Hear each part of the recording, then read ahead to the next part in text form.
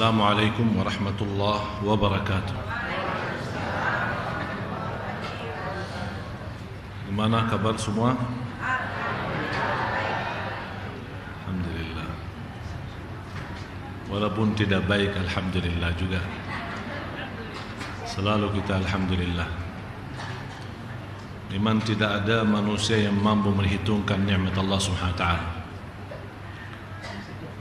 Walaupun kita tidak merasa nikmat itu dan tidak mensadarkan, tapi bagi orang yang beriman wajib baginya mensyukuri nikmat Allah SWT.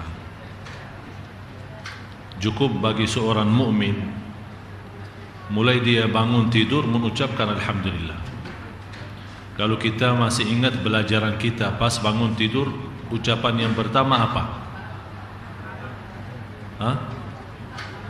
Alhamdulillahilladzi ahyana ba'da ma amatana wa ilaihin nusyur. Berarti pertama ucapan kita itu adalah alhamdulillah.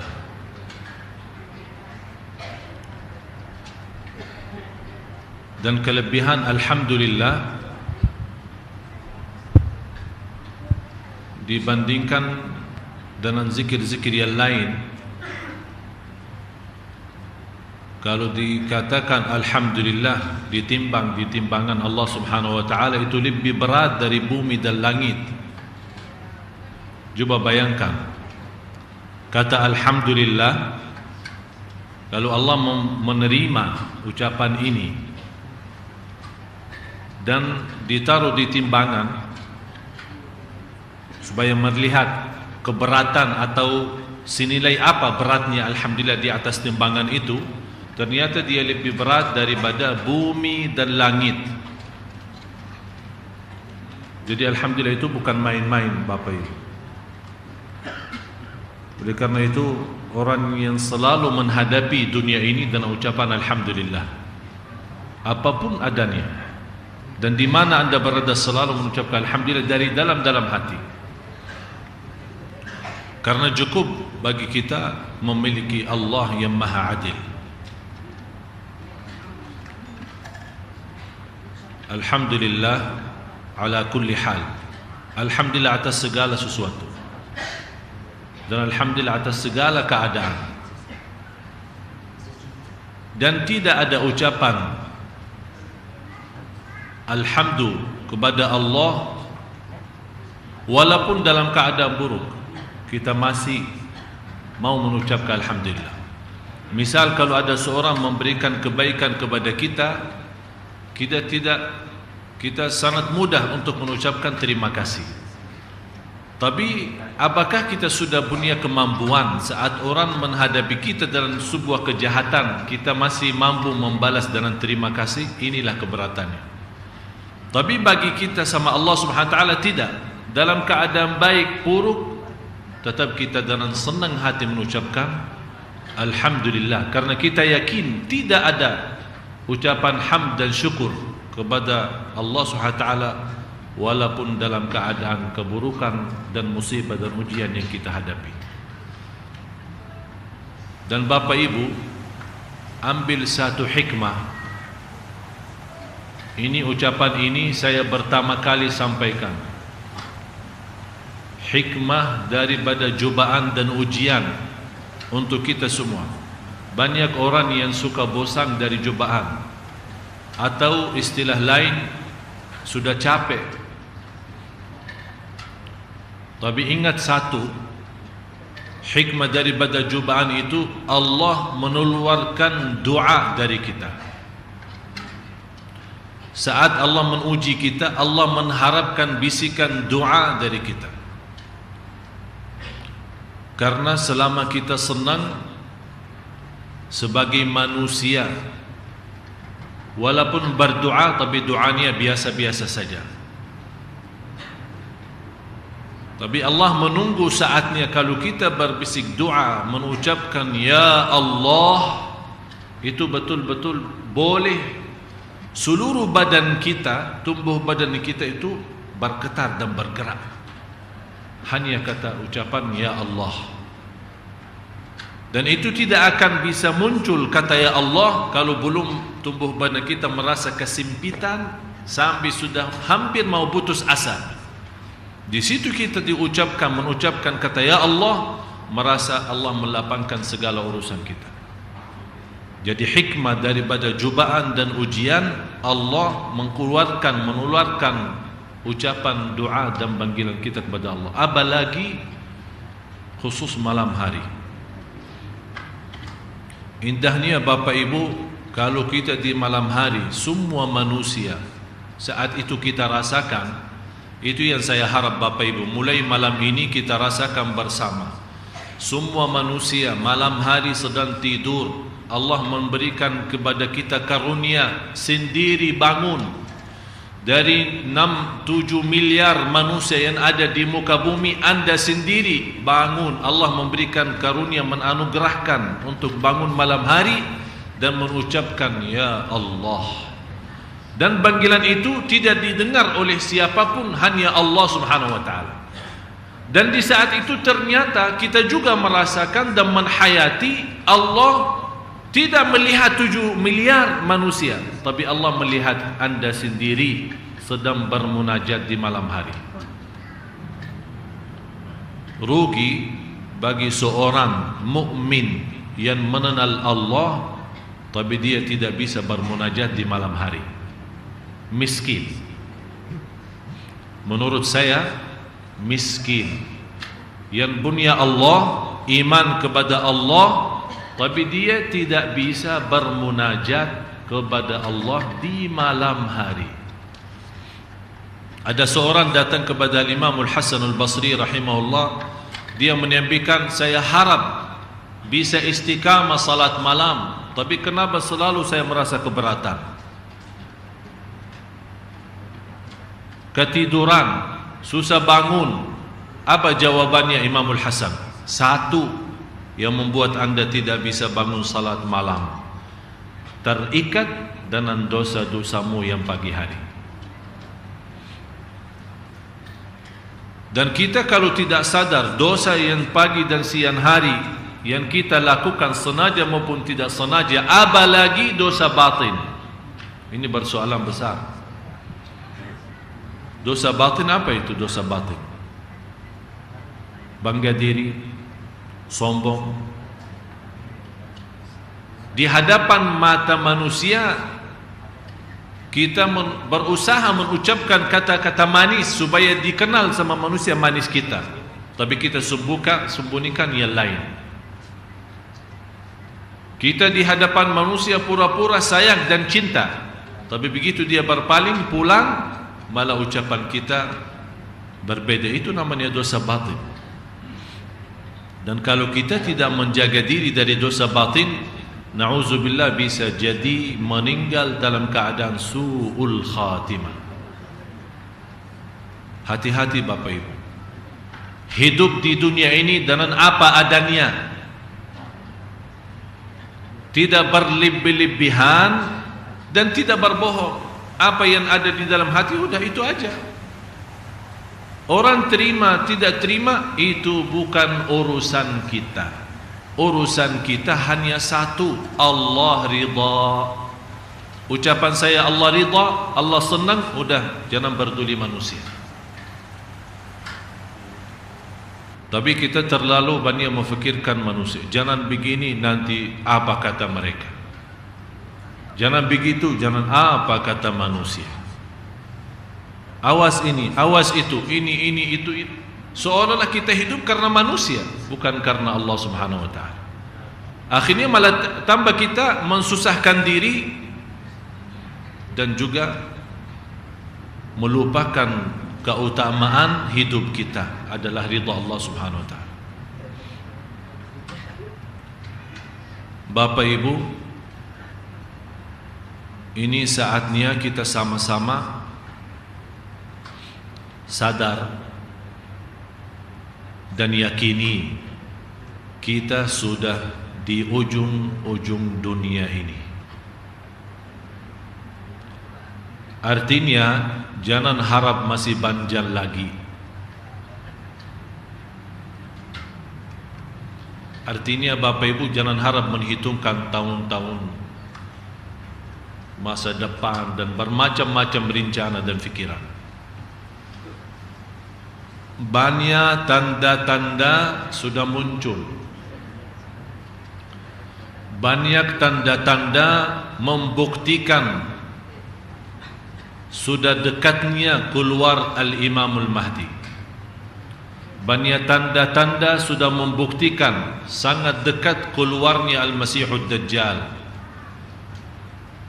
Sangat dekat turunnya Nabi Isa alaihi salam, dan orang non-muslim yang selama ini menjadikan Nabi Isa sebagai anak Tuhan dan sebagian dari mereka menjadikan sebagai Tuhan, akan mereka di situ sebagaimana Allah menjelaskan dalam surat Ali Imran dan An-Nisa, akan mereka beriman dan kembali kepada Allah Subhanahu wa taala.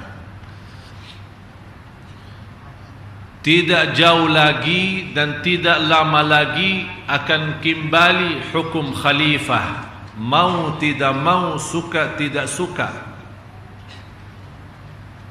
akan kembali dikuasai bumi ini oleh orang Islam seluruh dunia. Dan akan datang satu saat semua yang ada di bumi ini tidak ada satupun manusia yang bersyirik kepada Allah. Semuanya atas kata la ilaha illallah.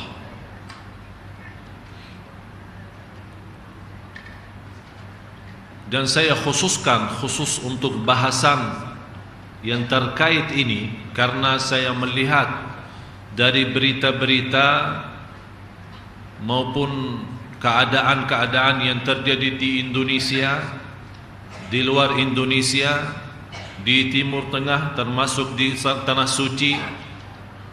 Habis saya mengumpulkan dari segala berita-berita kejadian dengan ayat dan hadis Rasulullah SAW, apa yang diceritakan dalam keadaan apa yang akan terjadi, menjadi tugas bagi saya, menjadi wajib bagi saya menerangkan dan menjelaskan peristiwa-peristiwa ini supaya Bapak Ibu bisa benar-benar menjaga diri dari yang namanya fitnah akhir zaman. Apa itu fitnah akhir zaman? Fitnah akhir zaman karena kita tidak mengerti kondisi dan keadaan yang terjadi sekarang, muncul kata-kata yang bisa terjadi kita kufur kepada Allah tambah sadar. Yang sebagaimana Rasulullah menjelaskan, pagi hari kelompok dari umatku mukmin, tapi malam hari sudah kafir, rubah agama, sudah murtad. Mulai insya-Allah hari Rabu pertama bulan depan kita akan merubahkan bahasan kita khusus sampai insya-Allah habis, membahas ciri-ciri dan tanda-tanda hari kiamat yang sudah disampaikan dan diterangkan oleh Rasulullah SAW. Termasuk Indonesia pun sudah disebut oleh Rasulullah SAW, tapi bukan disebut kata Indonesia, tapi dalam hadis itu samudra. Yang dimaksud bagaimana Rasul memberikan lewat ucapan dan bersabda Rasulullah SAW, memberikan perhatian untuk samudra ini supaya bisa terjaga keimanannya dan ketakwaannya. Dan saya yakin Bapak Ibu, kalau kita sama-sama belajar dan mendalami hal tersebut, insya Allah kita akan menjadi hamba Allah yang bisa menanamkan sesuatu di negeri samudra ini, negeri Indonesia. Besok kalau kita meninggal dunia, insya Allah anak dan cucu kita mengambil hasil tanaman kita yang berguna, bermanfaat bagi umat Islam. Banyak orang melihat Indonesia Islamnya semakin mundur, apalagi dalam keadaan menghadapi pemilu, sampai orang bingung milih yang mana katanya. Tidak perlu bahas, saya tidak kait dan ikut politiknya, mau milih siapapun pemimpin Jakarta kita ini, saya tidak berfikir sejauh itu. Tapi yang saya berfikir, peristiwa yang terjadi tidak jauh dari menjadi salah satu tanda hari kiamat. Dan sekarang saatnya kita benar-benar sadar bagaimana kita sekarang ini, bukan hanya negara kita, bukan hanya kota kita, ini diri kita sendiri, keluarga kita, rumah tangga kita, supaya bisa terjaga. Jangan sampai kita menjadi salah satu orang malah yang merusakkan agama tanpa kita sadar. Padahal kita akui kita orang Islam. Inilah insyaAllah saya menjadikan khusus menjadi bahasan kita mulai hari Rabu depan dan setiap hari Rabu, dan insyaAllah menjadi rutin setiap hari Ahad pertama setiap bulan saya akan isi acara kuliah duha, dan setiap Jumat pertama setiap bulan insyaAllah isi khutbah Jumat. Mudah-mudahan rutin kita ini bisa menjadi bermanfaat bagi kita semua.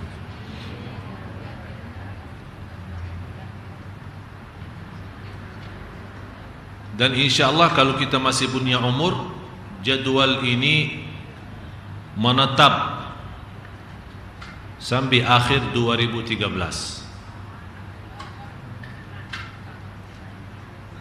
Kalau ada perubahan, wallahu a'lam. Tapi yang jelas sudah kita sepakat insyaAllah sampai 2013 untuk saya rutin setiap malam Kamis, semacam malam kita ini, sama hari Ahad pertama, kemudian hari Jumat pertama setiap bulan. Bapak Ibu yang dimuliakan Allah Subhanahu wa taala, saya ada satu cerita. Kemarin saya membaca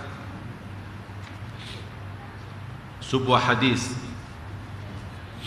terjadi atau peristiwa terjadi antara Allah Subhanahu wa taala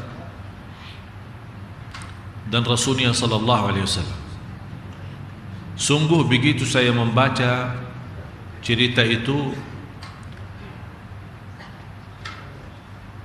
saya merasa diri menjadi manusia yang bodoh, karena kita memang memiliki Allah yang terlalu baik sama kita, dan memiliki Nabi Muhammad sallallahu alaihi wasallam yang sangat-sangat sayang dan cinta kepada kita.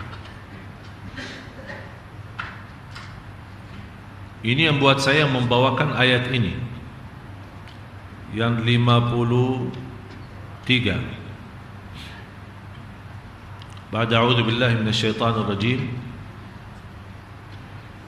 قل يا عبادي الذين أسرفوا على أنفسهم لا تقنطوا من رحمة الله إن الله يغفر الذنوب جميعا إنه هو الغفور الرحيم وأنيبوا إلى ربكم وأسلموا له من قبل أن يأتيكم العذاب ثم لا تنصرون واتبعوا أحسن ما أنزل إليكم من ربكم من قبل أن يأتيكم العذاب بغتة وأنتم لا تشعرون أن تقول نفس يا حسرة على ما فرطت في جنب الله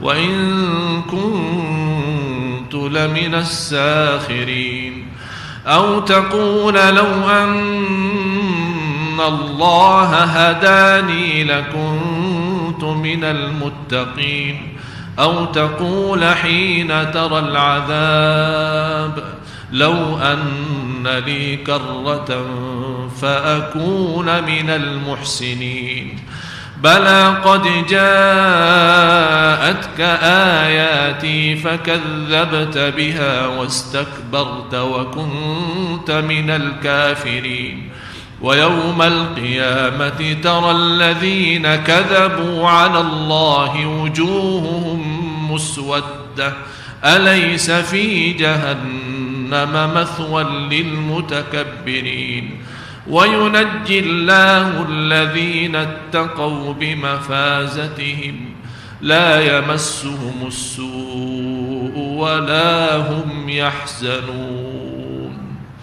صدق الله العظيم.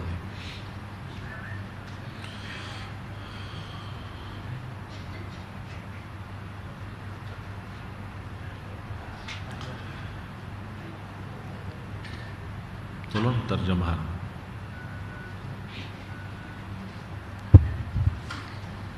Katakanlah, hai hamba-hambaku yang melampaui batas terhadap diri mereka sendiri. Ini sebuah panggilan dari Allah Subhanahu wa taala bukan bagi orang mukmin.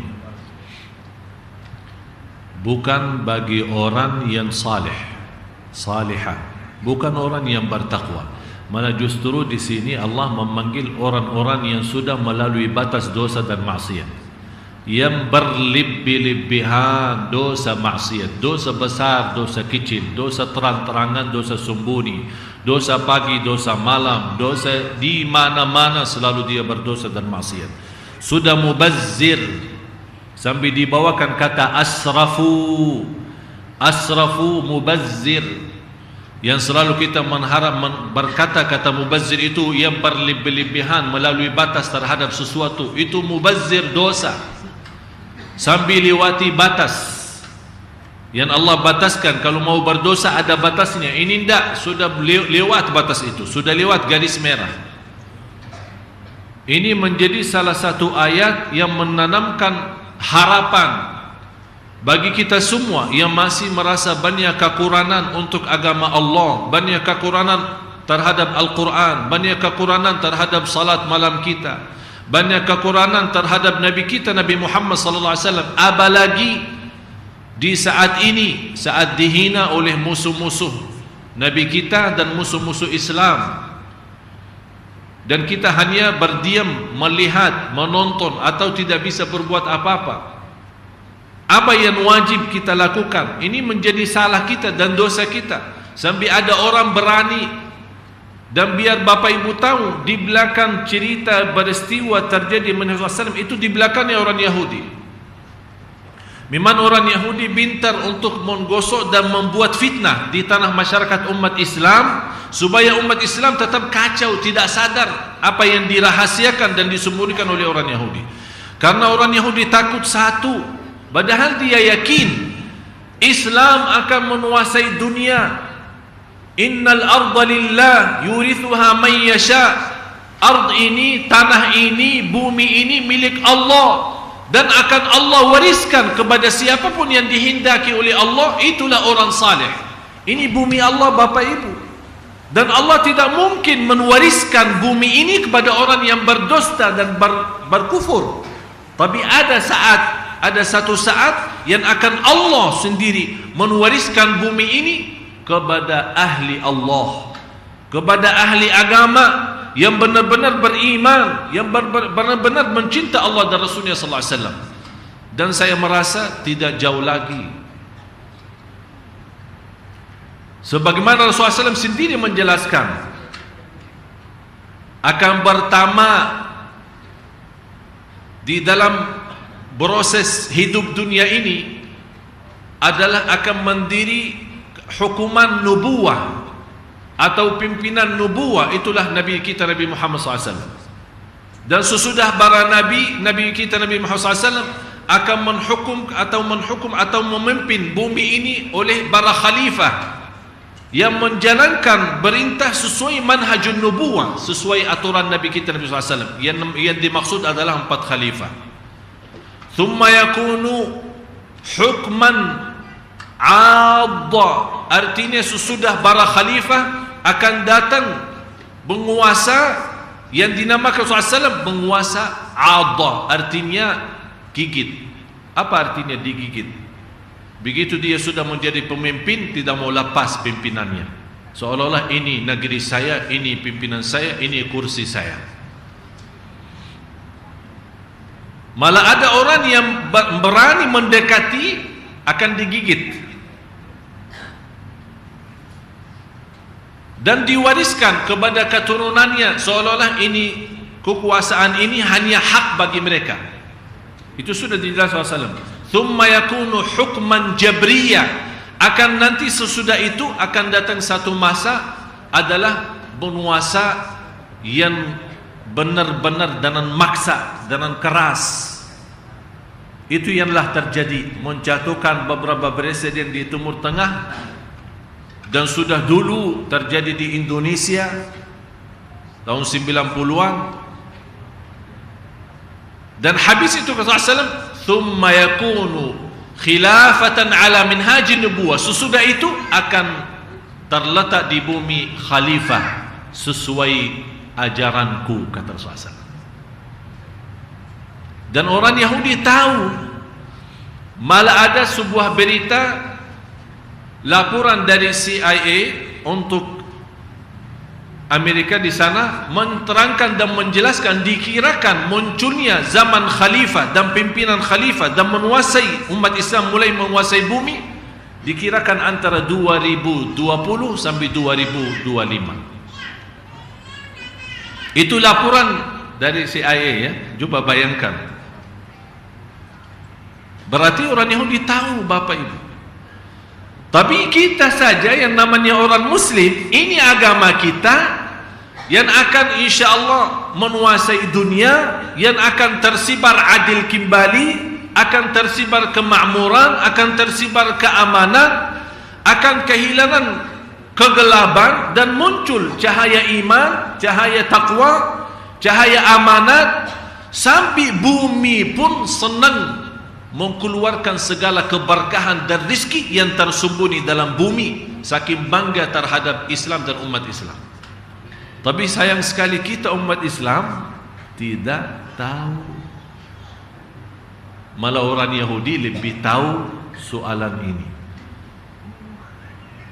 Dia sekarang orang Yahudi berusaha menyebarkan fitnah-fitnah di tanah masyarakat supaya umat Islam tidak segera sadar terhadap berita Rasulullah SAW, supaya dia yakin soal terjadi perubahan, dia yakin akan terjadi, akan dikuasai bumi, akan diwariskan oleh Allah kepada umat Islam. Dia sudah yakin, tapi dia sekarang berusaha supaya hal ini jangan terjadi sekarang. Kalau bisa nanti 3.000, 4.000 sana dah. Dia harap lebih memundurkan.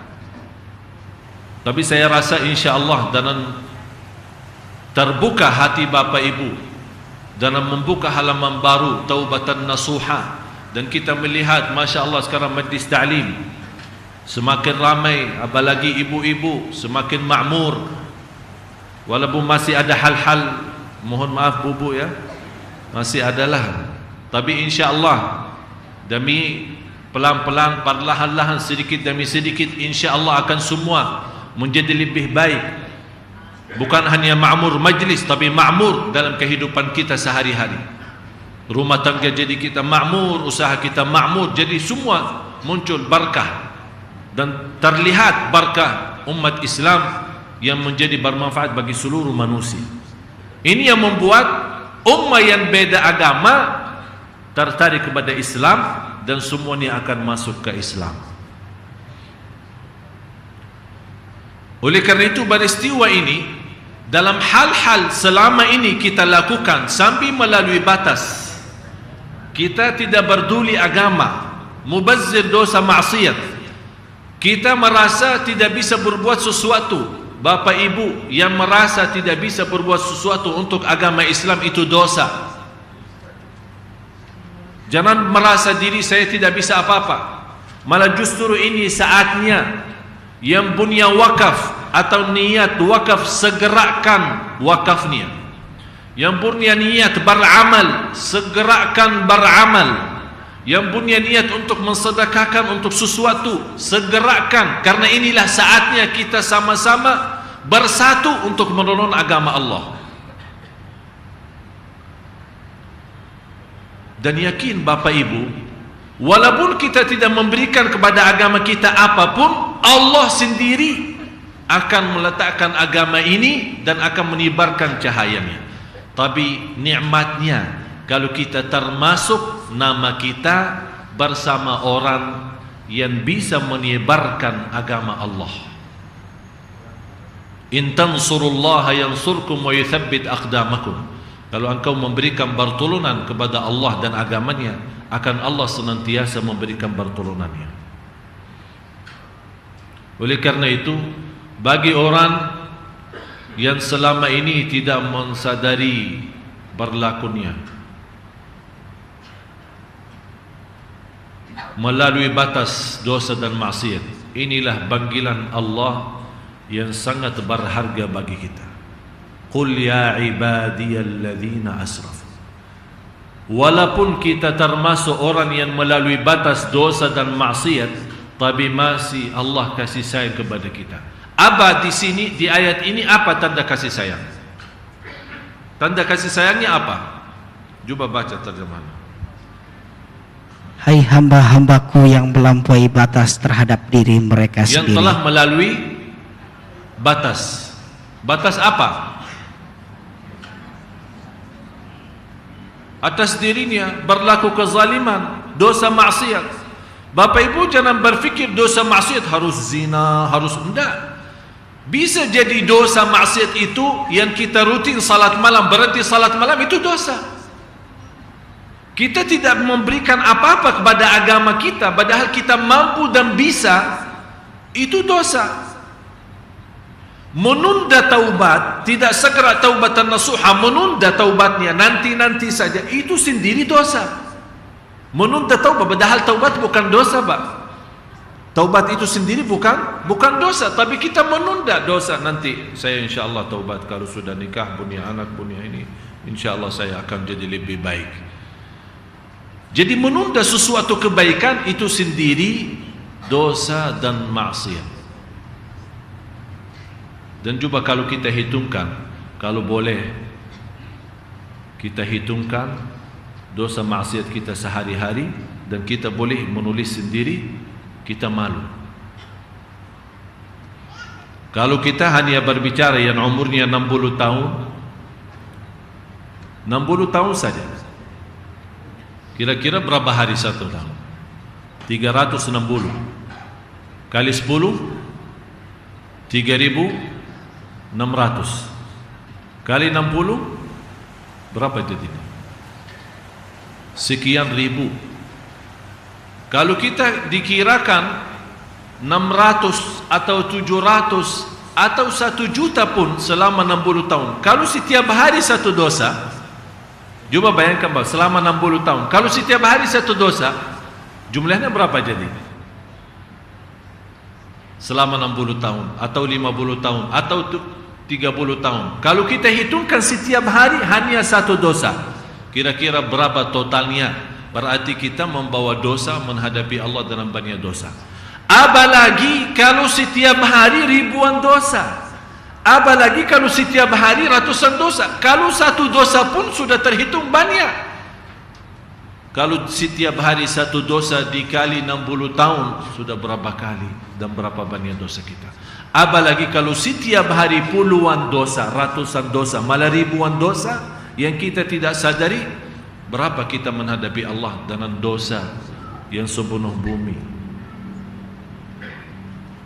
Inilah ayatnya yang menjadi salah satu ayat yang paling tinggi memberikan harapan dan kasih sayangnya Allah. Di sini ayat ini tanda kasih sayangnya Allah. Walaupun kita termasuk orang yang melalui batas dosa dan maksiat, Bapak Ibu, Allah masih memanggil kita ya ibadi. Ini tanda sayangnya Allah. Masih memanggil kita ya. Coba baca lagi. Katakanlah, hai hamba-hambaku yang melampaui batas terhadap diri mereka sendiri. Hamba-hambaku yang telah melalui. Kalau orang yang sudah melalui batas, Allah masih memberikan gelar hamba-hambaku. Bagaimana kalau orang saleh? Kalau ini sudah kelewatan, sudah kurang ajar ya, sudah dosa maksiat, sudah melalui batas, Tapi masih Allah panggil hambaku. Bagaimana orang yang Masya Allah salih dan taqwa lahir batin? Azan.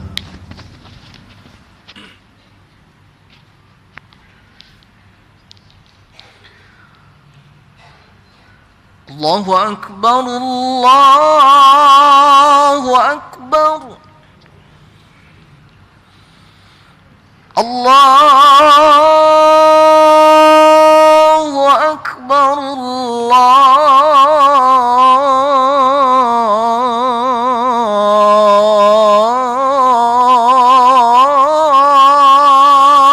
Akbar.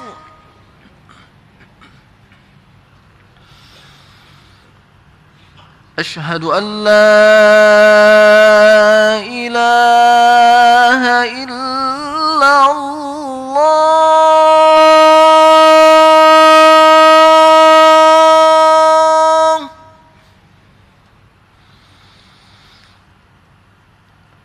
أشهد أن لا إله إلا الله.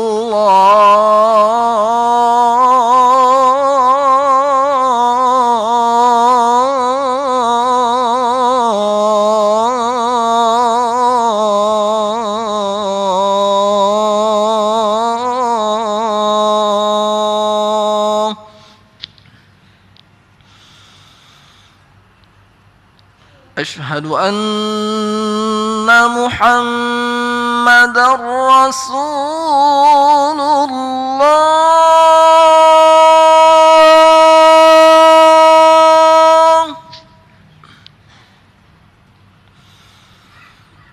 أشهد أن محمد رسول الله.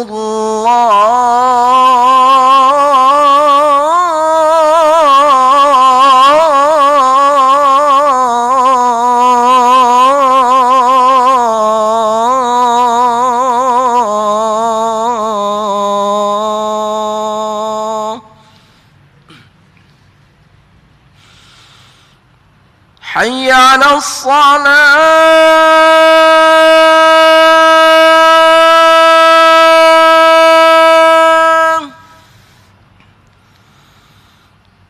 حي على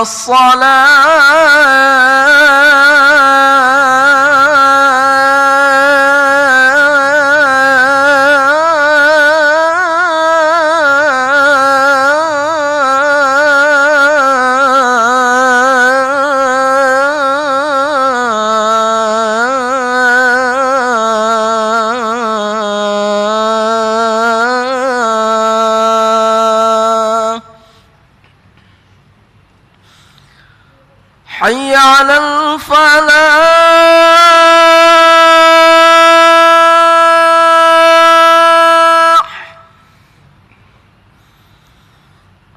حي على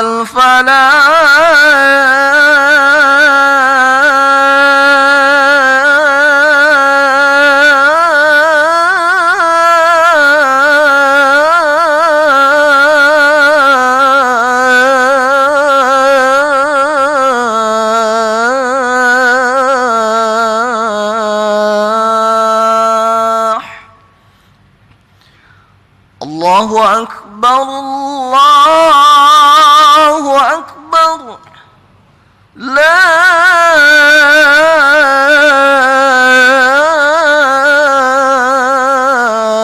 إله إلا الله.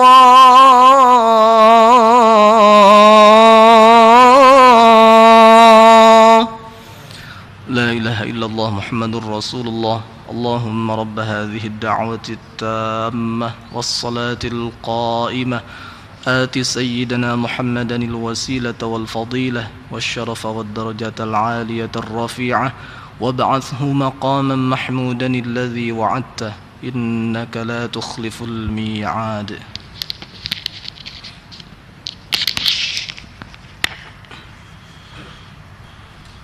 Alhamdulillah, Allahumma salli ala Sayyidina Muhammad wa ala ali Sayyidina Muhammad.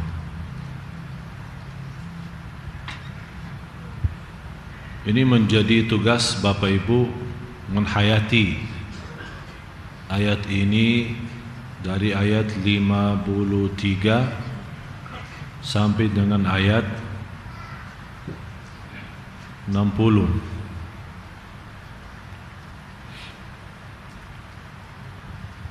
Dan insyaallah menjadi lanjutan bahasa kita membahas ayat ini untuk sama-sama menghayati insyaallah hari Ahad besok. Hari Ahad kuliah duha, kalau tidak salah tanggal 6 ya, 6 atau 7 ya, tanggal 7 hari Ahad pertama. Dan insyaallah malamnya akan ada i'tikaf ya, i'tikaf malam Ahad, malam Minggu. Yang insyaallah akan isi ceramah Ustaz Yusuf Mansur, ceramah i'tikaf. Kemudian yang imami insyaallah adik saya Syekh Muhammad. Dan insyaallah saya muncul pagi ni ya, pagi ni kuliah duha. Tapi saya membawa Bapak Ibu ada satu ayat 56. Sebelum saya masuk ke cerita peristiwa yang terjadi antara Allah dan Rasulnya, supaya kita betul-betul tahu segitu berdulinya Nabi kita Nabi Muhammad SAW kepada kita, apa yang kita bisa bayar dan bisa balas dan bisa berterima kasih kepada Rasulullah sendiri yang luar biasa menerbangkan segala. Sampai Rasulullah SAW sendiri saat berdoa pun tidak pernah memfikirkan dirinya sendiri, selalu dia memfikirkan umatnya. Habis ayat ini saya akan tutupi dengan cerita yang terjadi antara Allah dan Rasulnya sallallahu alaihi wasallam untuk umat Nabi Muhammad sallallahu alaihi wasallam. Coba baca. Supaya jangan ada orang yang mengatakan amat besar penyesalanku atas kelalaianku dalam menunaikan kewajiban terhadap Allah, sedang aku sesungguhnya termasuk orang-orang yang memperolok-olokkan agama Allah. Saya harap tidak ada di antara Bapak Ibu yang datang menghadapi Allah membawa rasa penyesalan yang luar biasa. Jangan sampai kita meninggal dunia tapi terbawa rasa nyesal. Sekarang mau nyesal boleh, penyesalan yang membuat kita sadar, taubatan nasuha, dan siap lahir batin untuk memberikan segala untuk agama Allah. Tapi jangan sampai kita meninggal dunia dan menghadapi Allah membawa penyesalan itu. Antaqula nafsun ya hasrata ala ma farrattu fi jambillah. Aku amat menyesal karena belum bisa membuat sesuatu dan belum bisa memberi sesuatu. Karena penyesalan saat itu di hadapan Allah tidak ada guna dan tidak ada arti, malah menjadi salah satu siksa bagi kita. Tapi penyesalan sekarang sangat bermanfaat, berguna, apalagi menyesal itu yang membuat kita sadar dan bertaubatan nasuha. Rubba ta'atin adkhalatin nar wa rubba ma'siyatin adkhalatil jannah. Perumpamaan satu taat membawa kita masuk neraka, bisa juga perumpamaan satu dosa membawa kita masuk surga. Faham Bapak Ibu? Perumpamaan satu taat membawa kita masuk neraka, dan bisa juga satu dosa membawa kita masuk ke surga. Bagaimana taat menantar kita ke neraka dan dosa menantar kita ke surga? Taat yang memunculkan rasa bangga diri, rasa sombong, merasa diri saya lebih baik daripada yang lain. Taat yang membuat kita merasa diri saya lebih baik di bumi ini. Saya bisa salat malam, yang lain tidak bisa. Saya bisa berbuat sesuatu untuk agama Allah, yang lain tidak bisa. Sampai kita memuji diri, sampai memuncul rasa bangga diri, itulah mengakibatkan kita masuk neraka. Tapi satu dosa yang membawa kita masuk surga, habis dosa dan maksiat itu memunculkan rasa menyesal, rasa sedih, rasa malu terhadap Allah, karena kita bukan melihat dosanya kecil atau besar, tapi kita sudah ingat kebesaran Allah. Ini yang membuat menyesal muncul dan rasa malu.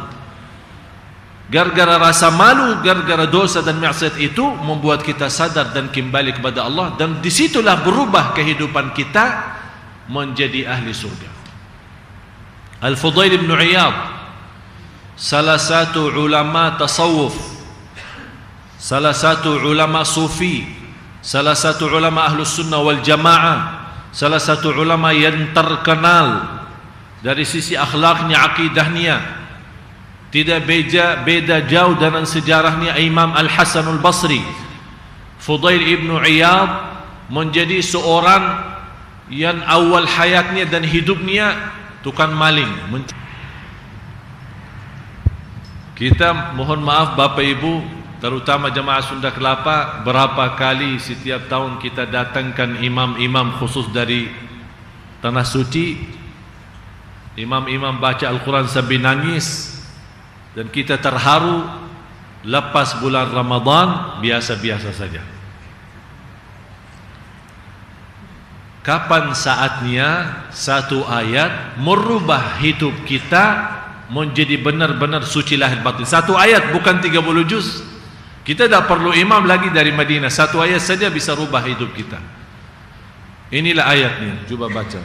Belumkah datang waktunya bagi orang-orang yang beriman untuk tunduk hati mereka mengingat Allah dan kepada kebenaran yang telah turun kepada mereka.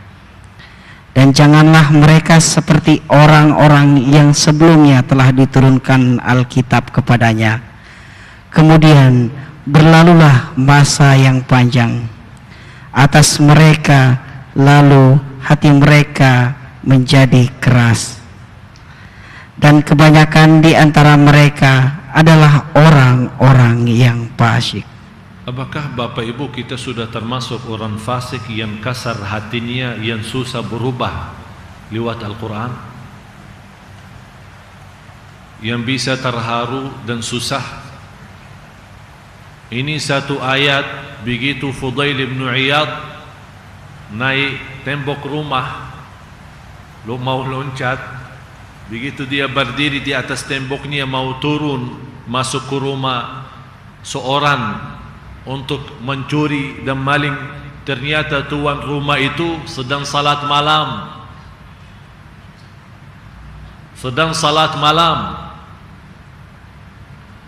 Dan pas tuan rumah saat salat malam, dia membaca ayat ini, alam ya'ni lilladzina amanu an takhsha'a qulubuhum li dzikrillah. Apakah belum saatnya bagi orang yang beriman untuk berkhusyuk, mulai takut, ada rasa malu, karena Allah subhanahu wa ta'ala begitu mendengar nama Allah, menyebut nama Allah. Langsung Imam Al-Fudail bin Iyad di saat itu nangis, dan dia berkata, bala qad an, bala qad an, bala qad an. Inilah saatnya, inilah saatnya, inilah saatnya. Disitulah berubah. Padahal sisa umurnya yang tersisa tidak lebih panjang daripada awalnya. Akhirnya menjadi salah satu ulama yang kita selalu mendoakan rahimahullah, padahal kita tidak tahu dia sebagai mantan maling. Subhanallah. Beda sama kita sekarang, tukang orang-orang maling masuk rumah kita, kita lagi nonton TV, ya maling lanjut terus. Tapi kalau kita insyaAllah orang-orang maling masuk, melihat dia dengar suara zikir kita, suara baca Al-Quran kita, insyaAllah dia akan ada rasa malu. Kita lagi bermunajat,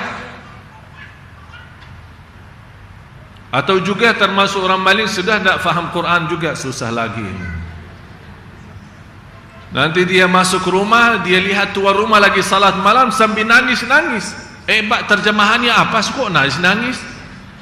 Orang maling tanya terjemahannya supaya dia ikut nangis biar bisa rubah seperti Fudail bin Iyad. Rasulullah sallallahu alaihi wasallam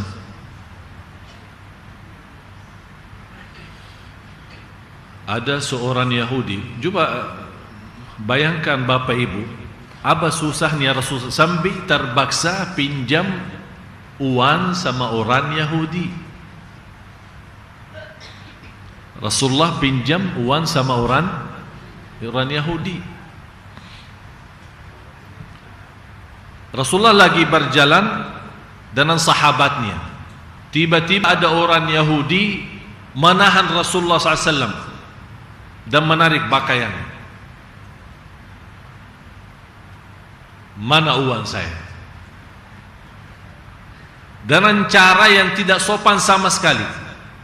Umar bin Khattab radhiyallahu anhu sebagai orang terkenal tegas dan pemberani, langsung dinaikkan pedangnya, ya Rasulullah biarkan saya potong lehernya ini, kelewatan ini orang Yahudi. Kata Rasulullah SAW, baik nerima dan baik berbalas. Menghadapi hal itu dengan baik dan balas juga dengan baik. Dan Rasulullah SAW sangat-sangat luar biasa dengan kemuliaan akhlaknya, tidak ada sedikit pun kemarahan. Padahal sebenarnya Bapak Ibu, tanggal tagihan pinjaman itu belum jatuh tempo tagihannya. Tapi kenapa orang Yahudi datang minta lebih awal daripada waktu tertentu yang sudah disepakati?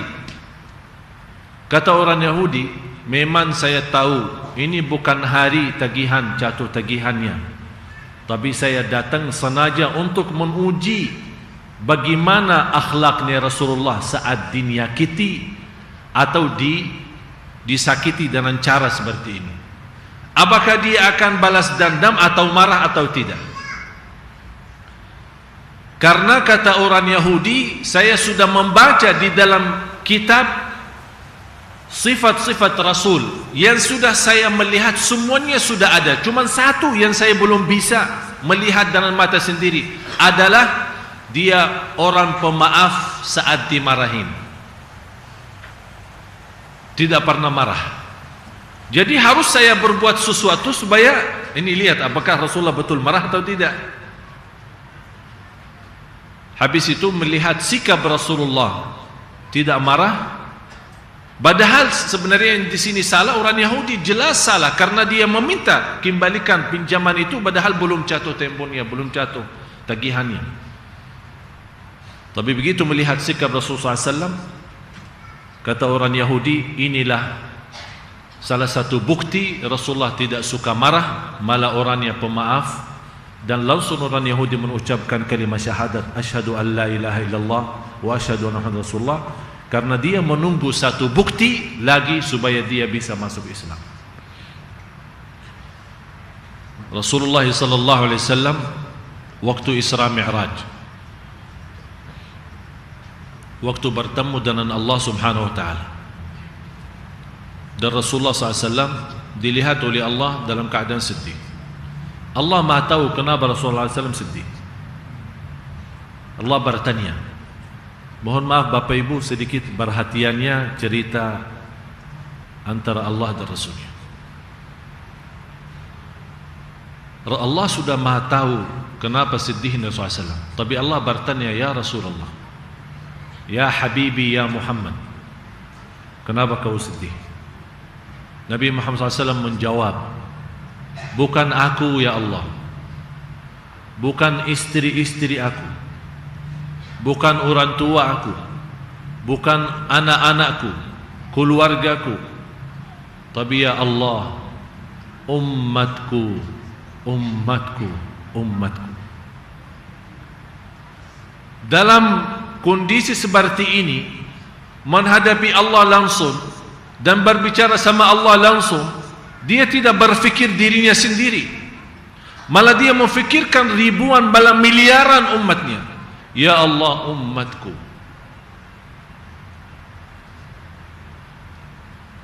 Apa jawabannya Allah?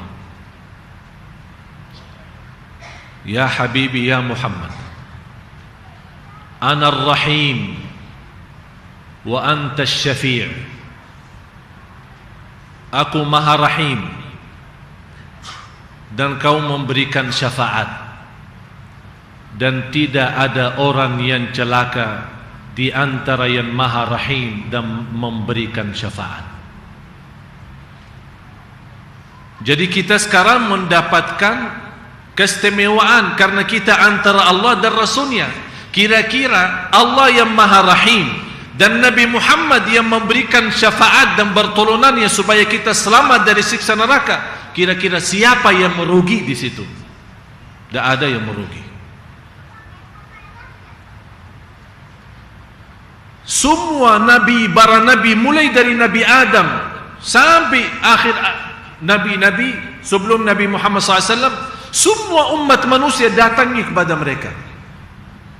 Wahai ayah kami Nabi Adam, tolong bantu kami. Maaf, nafsi, diri sendiri. Larinya kepada Nabi Nuh, larinya kepada Nabi Ibrahim, kepada Nabi Musa, kepada Nabi Isa, kepada para nabi dan rasul. Semua jawab sama. Ini bapak ibu para nabi, bukan wali lagi. Para nabi yang lebih mulia dan lebih tinggi di sisi Allah. Yang jelas doanya terkabul, dan Allah tidak pernah menolak apapun yang diminta oleh para nabi dan rasul. Tapi di saat itu, di hari kiamat, tidak ada siapapun hanya memfikirkan dirinya sendiri. Sampai bayangkan bapak ibu, miliaran manusia dari sejak makhluk pertama sampai akhir hampir mau putus asa. Terakhir waktu ketemu Nabi Isa alaihi salam, dia menyampaikan, jangan putus asa kalian, masih ada satu harapan yang dia sendiri bisa memberikan pertolongan, namanya Muhammad sallallahu alaihi wasallam. Semuanya larinya kepada Nabi Muhammad SAW, dan Nabi Muhammad SAW hanya menjawab satu, jangan ada yang takut. Tidak pernah berkata maaf, diri sendiri. Malah Rasulullah SAW mengumpul dan tangannya, mengangkat tangannya dan kumpulkan dan di atas dadahnya, pukul dadahnya sendiri sallallahu alaihi wasallam. Saya bisa dan saya bisa. Kemudian bersujud di hadapan Allah dekat arasy. Di saat itu Allah menanugerahkan dan menggerakkan lidah Nabi Muhammad mengucapkan pujian-pujian yang tidak pernah seorang makhluk sebelumnya yang bisa mengucapkan pujian itu, hanya kepada Allah, hanya Nabi Muhammad saja. Itu namanya maqaman mahmuda. Wa ba'athu maqaman mahmud. Itulah namanya maqaman mahmuda, yang Allah gerakkan lidahnya Nabi Muhammad untuk memuji Allah dengan pujian yang tidak pernah tersebut sebelumnya. Hanya Nabi Muhammad saja yang boleh. Allah biarkan berapa lama dia dalam keadaan sujud, dan di situ Allah menyuruh Nabi Muhammad SAW, angkat kepalamu dan berilah syafaat kepada siapapun, aku akan ijabah dan kabul.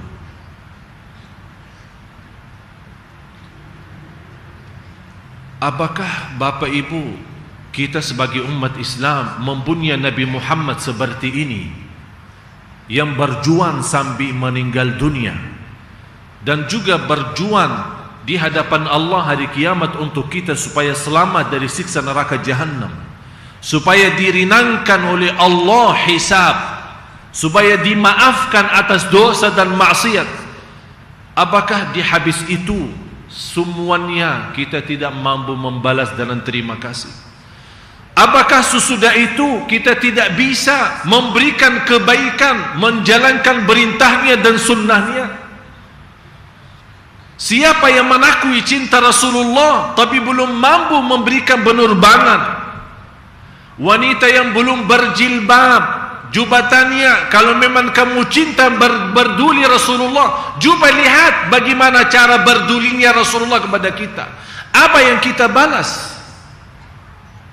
Sesuai perintahnya, menjalankan sunnahnya, berhidup di dunia ini membawa akhlaknya sallallahu alaihi wasallam, supaya saat kita meninggal dunia tidak terlepas dari dua hal, syafaat atau syahadat.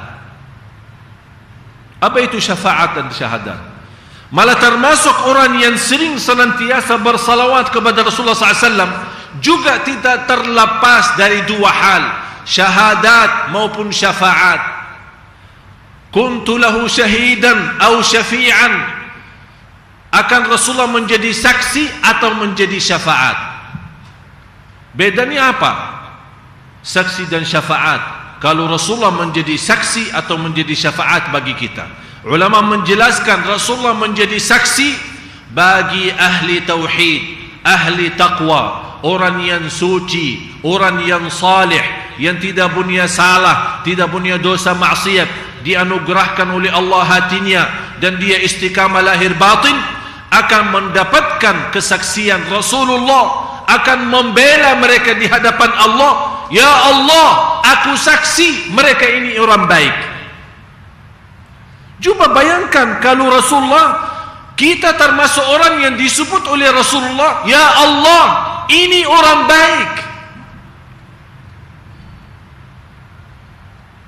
Saya kemarin terjadi sama saya sendiri waktu saya menghadapi Menteri Hukum dan HAM, dan mudah-mudahan doanya Bapak Ibu insyaAllah minggu ini rasmi WNI terima ini paspor baru ya.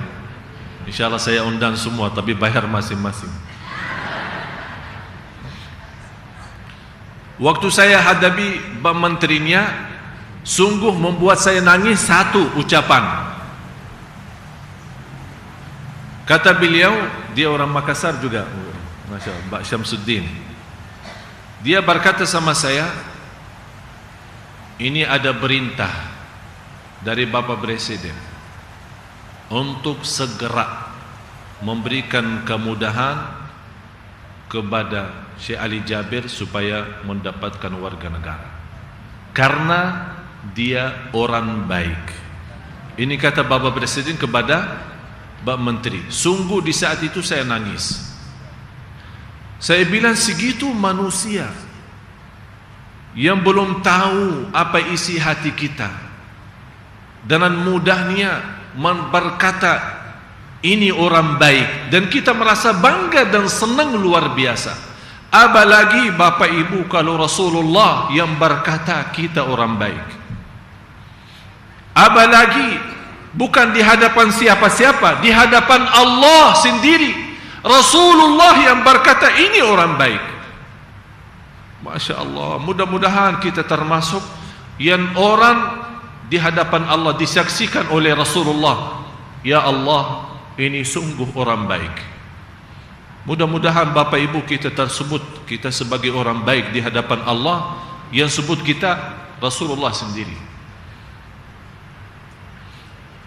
Syahadat, kemudian syafaat. Syafaat bagi orang yang berdosa dan maksiat. Sampai juga bayangkan Bapak Ibu, sampai orang yang berdosa dan maksiat tidak dilupakan oleh Rasulullah SAW. Karena mereka tidak perlu menjadi saksi, tapi mereka minta pertolongan. Ya Rasulullah, memang kami umatmu. Ya Rasulullah, kami betul sayang samamu, tapi ya Rasulullah kami kelewatan, terlalu tidak bisa berbuat apa-apa. Banyak salah kita terhadapmu ya Rasulullah, banyak salah kita terhadap ajaranmu, tidak menjalankan perintahmu. Tapi ya Rasulullah, bagaimana jalan keluarnya? Tetap Rasulullah tidak menjadikan mereka putus asa, malah menjadikan bagi mereka syafaat. Ya Allah, aku bela mereka, ampunilah dosa mereka. Allah ampuni dosa-dosa kita. Ya Allah, terus mau apa lagi? Mau apa lagi? Tak ada yang merugi. Kita umat Islam, umat Nabi Muhammad SAW, memiliki Allah yang maha adil dan maha rahim, dan memiliki Nabi yang maha kasih sayang. Maha kasih sayang, saya berani berkata maha kasih sayang. Nabi Muhammad SAW memberikan syafaat bagi orang yang berdosa dan maksiat seperti saya dan seperti kita semua. Memang kita masih dosa maksiat, memerlukan bukan hanya saksian Rasulullah, tapi syafaat Rasulullah SAW. Oleh karena itu, lewati bersalawat kepada Rasulullah SAW kita terjamin mendapatkan syafaatnya beliau. Sebagaimana Rasulullah SAW bersabda di hadis yang sahih, "Man shalla alayya fil yawmi wal layla 10 marratin kutibat lahu syafa'ati yaumal qiyamah." Barang siapa yang salawat kepadaku dalam satu hari 10 kali saja, dapat syafaatku. Bapak Ibu, saya mohon jangan lewat satu hari belum 10 kali bersalawat kepada Rasulullah SAW. 10 kali saja, saya yakin tidak keberatan sama sekali. Pas mau keluar rumah, naik mobil, naik motor, mau kemana saja, 10 kali saja. Mau bagi Sayyiduna, tidak bagi Sayyiduna, mau yang panjang, mau yang pendek, yang penting salawat. Walaupun sallallahu alaihi wasallam, sallallahu alaihi wasallam, sallallahu alaihi wasallam, sallallahu alaihi wasallam 10 kali, tidak sampai 1 menit, tapi kita bisa mendapatkan syafaat.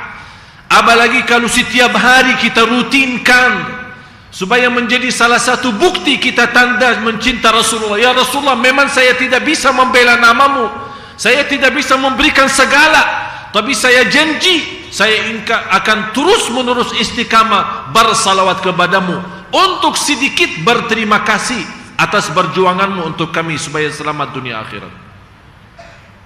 Mudah-mudahan kita bisa istiqamah salawat.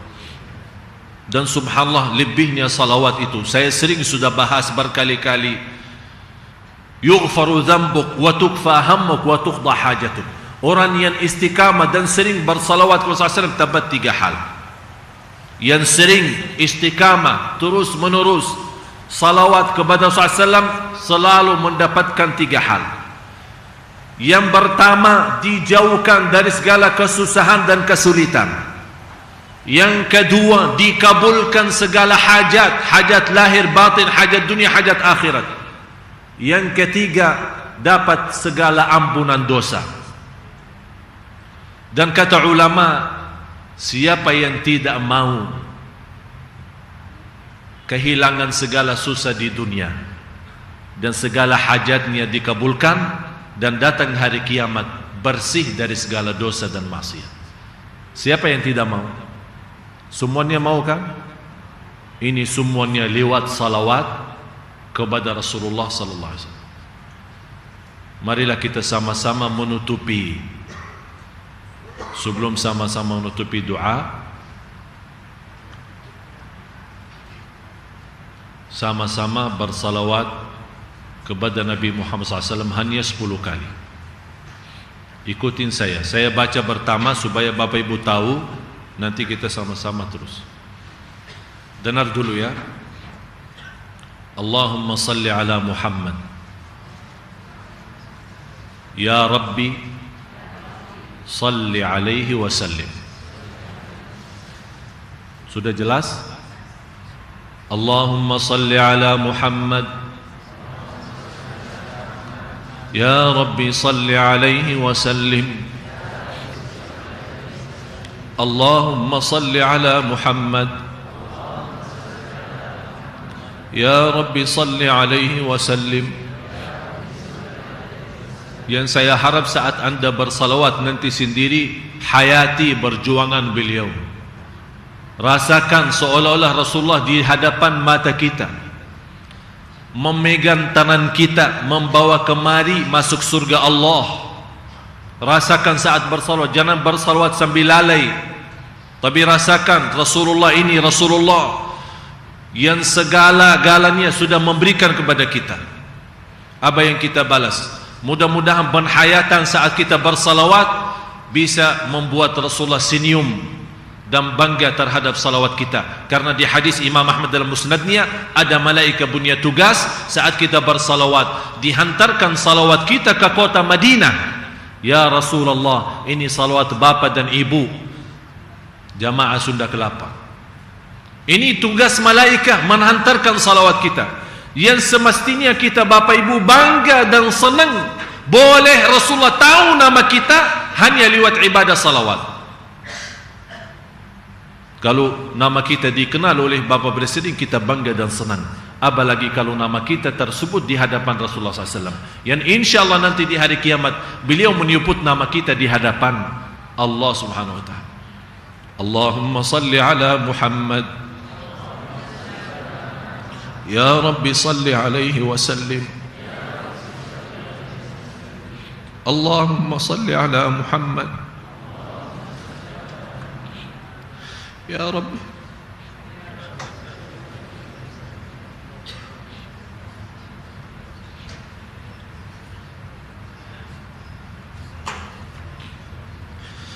اللهم صل على محمد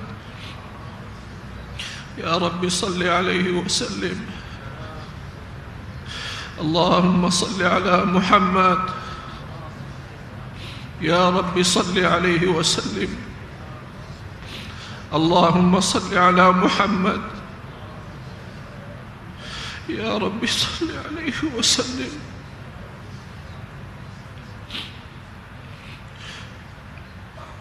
اللهم صل على محمد يا رب صل عليه وسلم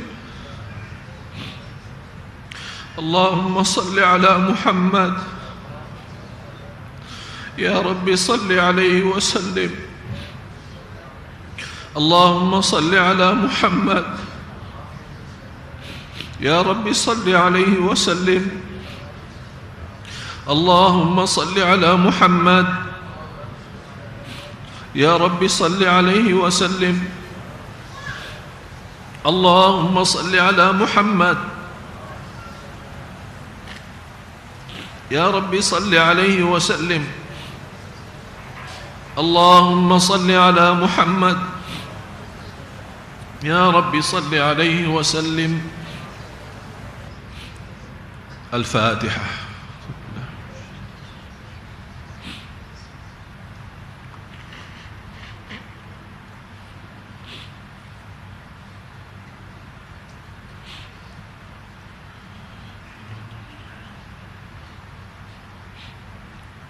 بسم الله الرحمن الرحيم الحمد لله رب العالمين حمد الشاكرين حمد الناعمين حمدا كثيرا طيبا مباركا فيه مباركا عليه كما يحب ربنا ويرضى يا رب لك الحمد كما ينبغي لجلال وجهك الكريم ولعظيم سلطانك يا رب لك الحمد حمدا كثيرا طيبا مباركا فيه مباركا عليه كما تحب وترضى اللهم صل على سيدنا محمد وعلى آل سيدنا محمد.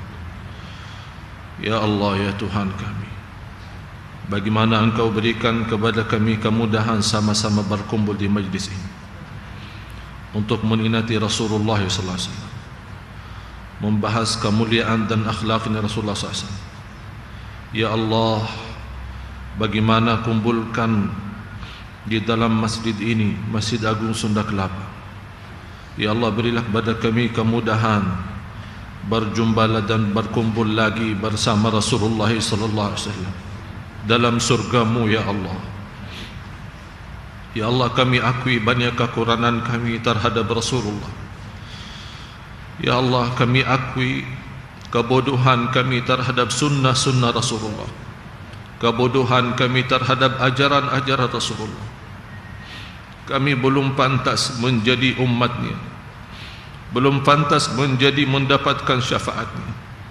Tapi ya Allah, kami merasa merugi sebagai umat Nabi Muhammad SAW tapi tidak mendapatkan syafaatnya. Ya Allah, maafkan atas kekurangan kami terhadap Rasul kami. Maafkan ya Allah atas kebodohan kami terhadap ajaran Nabi kami.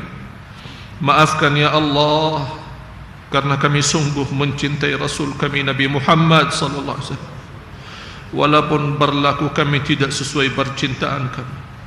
Ya Allah, sempurnakan percintaan kami terhadap Nabi kami Muhammad sallallahu alaihi wasallam, dan sempurnakan perjuangan dan amal ibadah kami supaya kami mendapatkan kesaksian Nabi Muhammad dan syafaat Nabi Muhammad hari kiamat.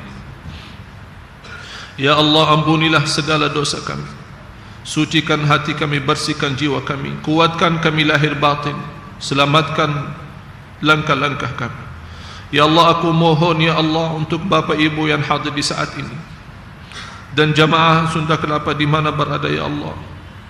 Kami harap ya Allah pimpinan-Mu ya Allah, agar kami senantiasa istiqamah atas ajaran Nabi kami Nabi Muhammad sallallahu alaihi wasallam.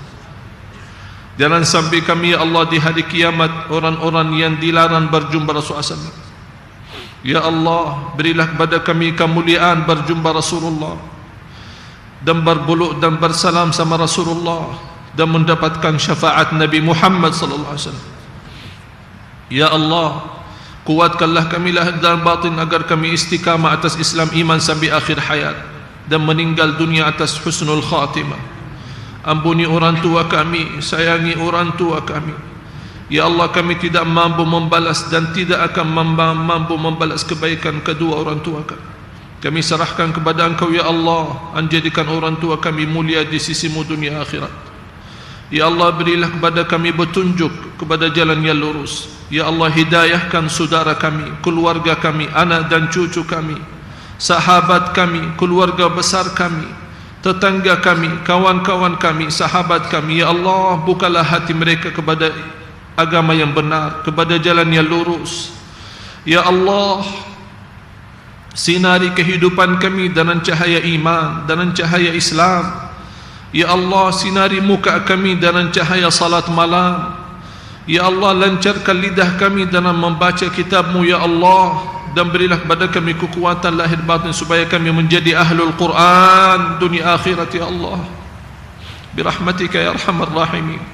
Jadikan majlis ilmu kami malam ini menjadi saksi baik bagi kami ya Allah di hadapan-Mu hari kiamat, dan menjadi Nabi Muhammad SAW menjadi saksi bagi kami ya Allah ya Rabbal Alamin, ya Arhamar Rahimin. Ampuni saudara kami muslimin, muslimat, mu'minin, mu'minat yang hidup maupun yang telah wafat. Ya Allah, lindungilah negara Indonesia dari segala bala dan musibah ya Allah. Berilah kepada negara Indonesia pemimpin yang takwa, pemimpin yang adil, pemimpin yang jujur dan amanat, pemimpin yang berduli kepada Nabi Muhammad dan umatnya ya Allah, ya Arhamar Rahimin. Ya Allah, jadikan negara Indonesia baldatun tayyibatun wa rabbun ghafur. Ya Allah, berilah kepada kami rumah tangga sakinah, mawaddah, rahmah. Lindungilah suami dan istri kami ya Allah, supaya menjadi suami istri salih salihah, jujur, amanat ya Allah, taqwa lahir batin, supaya senantiasa hidup di rumah tangga dalam damai dan nikmat dan bahagia ya Rahman Rahimin. Jauhkan ya Allah segala sesuatu yang menggoda rumah tangga kami ya Arhamar Rahimin, yang mengganggu kehidupan rumah tangga kami ya Dzal Jalal wal Ikram, karena Engkau maha segala-galanya ya Allah, ya Allah ya Rahman, ya Allah ya Rahim. Segala hajat kami Engkau maha tahu, segala hajat kami, hajat lahir dan batin. Kami mohon di malam ini meniput nama Nabi kami Nabi Muhammad sallallahu alaihi wasallam dengan berkah Nabi kami Muhammad sallallahu alaihi wasallam. Ya Allah, kami mohon segala hajat kami ya Allah. Aku mohon untuk bapa ibu tidak ada yang keluar dari Masjid Agung Sunda Kelapa malam ini sampai segala hajatnya dikabulkan oleh Allah, diijabah oleh Allah, dimudahkan oleh Allah, hajat batin, hajat lahir, hajat dunia, hajat akhirat ya Arhamar Rahimin, ya Arhamar Rahimin. Rabbana atina fid dunya hasanah wa fil akhirati hasanah wa qina adzaban nar. Ya Allah, kuatkanlah kami supaya kami mampu mengamalkan apa yang sama-sama kami belajari ya Dzal Jalal wal Ikram, supaya menjadi ilmu bermanfaat diikuti dengan amalun salih. Rabbana atina fid dunya hasanah wa fil akhirati hasanah wa qina adzaban nar. Wa sallallahu ala sayyidina wa nabiyyina Muhammad wa ala alihi wa sahbihi wa sallam. Wa akhiru da'wana anil hamdulillahi rabbil alamin. Subhanakallahumma wa bihamdik asyhadu an la ilaha illa ant astaghfiruka wa atubu ilaik. Wassalamu alaikum warahmatullahi wabarakatuh.